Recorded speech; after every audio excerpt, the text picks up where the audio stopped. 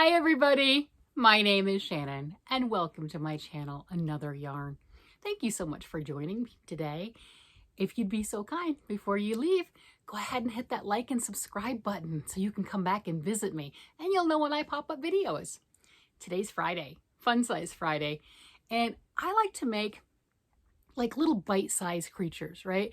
Little tiny amigurumis, little things to really feel like you've gotten something accomplished during the week every Friday. And it started off, I have a collection of little miniature books now. That's not what my goal was in the beginning. It just kind of happened. I didn't plan it. I didn't anything else. It happened. So I started with this book. Has 26 mini amigurumis. These things are about this big if you make them in fingering weight yarn and a size C crochet hook, which is a 2.75 millimeter, right? So they're really tiny.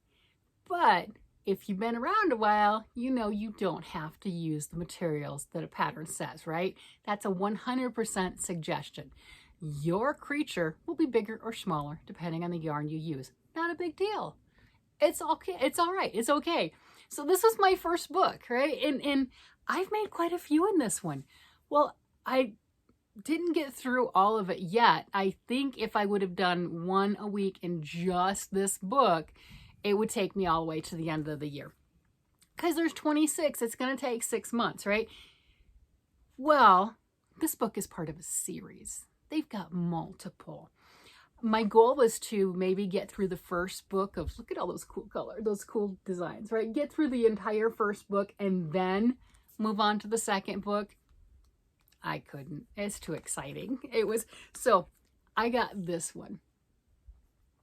The Wonderful Ocean Creatures, which has another 26 gorgeous patterns in it.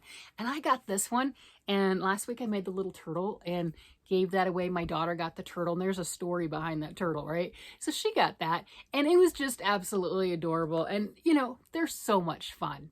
Got it. Had to make it. Have to have fun, right?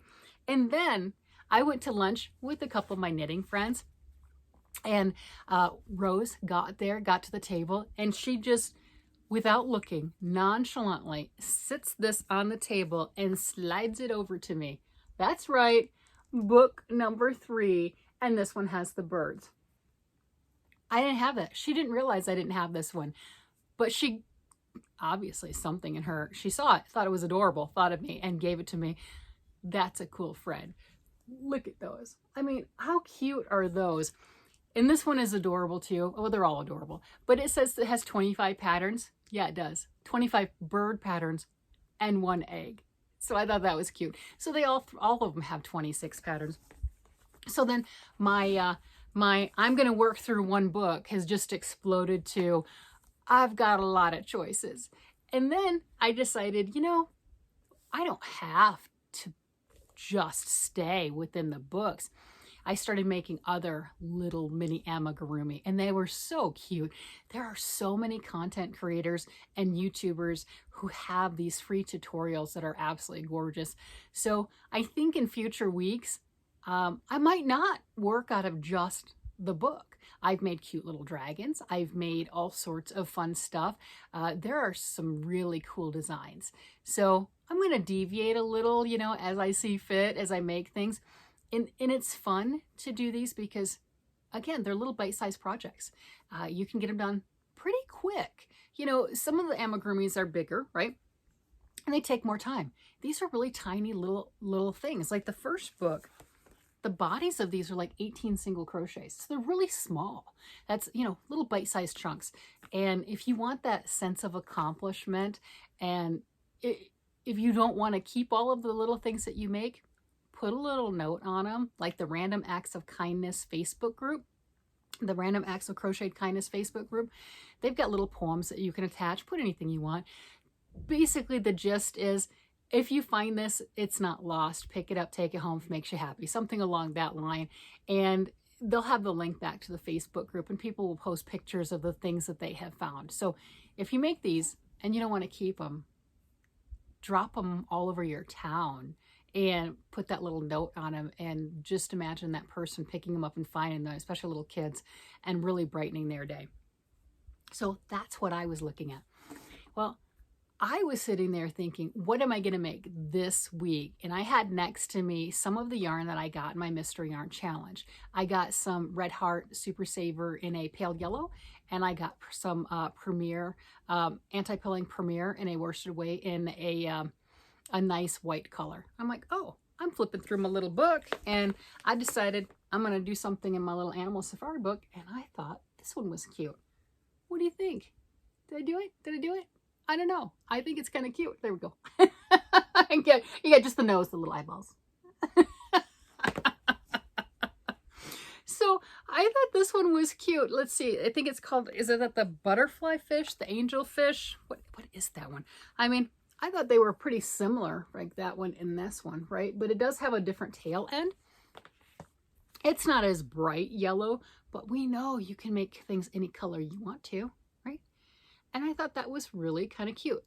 This angle reminds me of like a bottlenose dolphin, right? You know, something along that line. Different colors, but whatever. So really simple, really cute. This is my second little critter to make out of the Ocean book. And it was really kind of funny, right? We all have our issues with reading different patterns.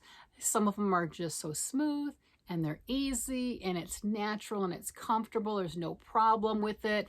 And others are, they might be clearly written, but there's just something about it that doesn't make sense to you. That's what this one did to me.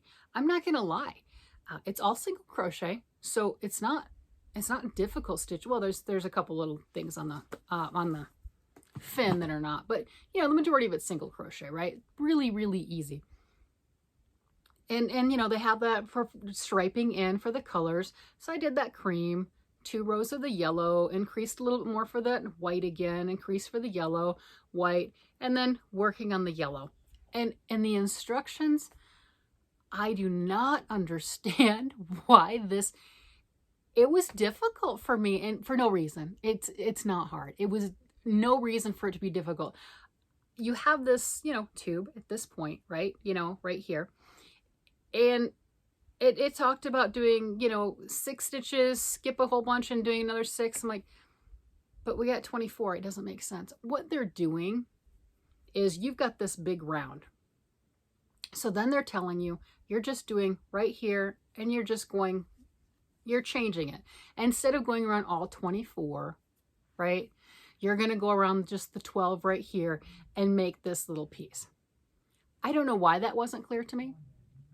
I don't know why that didn't make sense to me, but I was scratching my head. I'm like, what?